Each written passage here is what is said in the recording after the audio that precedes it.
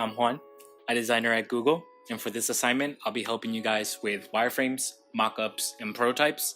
I'll be explaining what those are and why they're helpful. So, starting with the wireframe, a wireframe is simply a sketch, like a sketch on a piece of paper. It can be that simple. It's a sketch of a website or an app, depending on what you're making. A wireframe is a sketch of a website or an app. The point of the wireframe is to turn your documents or even just your thoughts or ideas into something more visual that you can share with people and collect objective feedback. Because before that, it's just an idea in your head, and if you share it, then it may be something completely different on the other person's head, right? They kind of get the idea, but they don't really know what you're seeing. So with a wireframe, you start to sketch that out, and now they understand what it is that you're thinking exactly, and they can give you objective feedback on that. That's good because you want to iterate as often as possible. You know, your first ideas are usually not the best. So the point is to put it in front of someone, see what's making sense, what's not making sense, and iterate and go from there.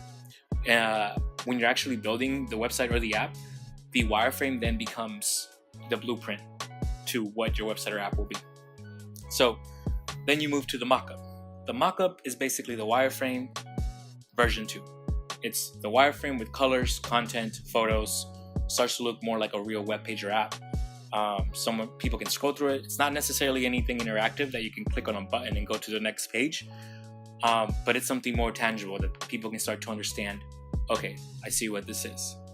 And again, you can have a conversation around that, collect feedback, iterate upon that. The last one is the prototype. The prototype is version 3 of the wireframe. It's essentially a interactive version of that, right? So there's apps online that will help you create these, but it's basically your app in prototype form. So it should have real buttons that take people to the next page. It should be scrollable. It should contain all the interactions that you want your app to have.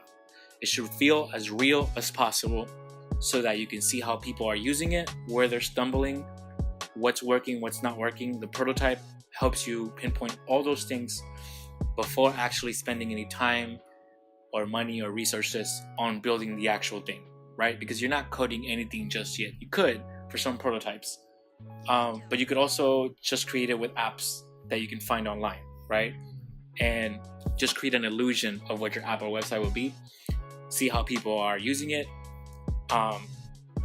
Change things if things need to change. And also, it's something that you can share with your engineers later on, or developer. You can share that with them, and they see exactly how your app or website works. Right? There's no confusion. When someone has a prototype in their hands, this is exactly how your website or app should be behaving. Right? So now you can code based on that.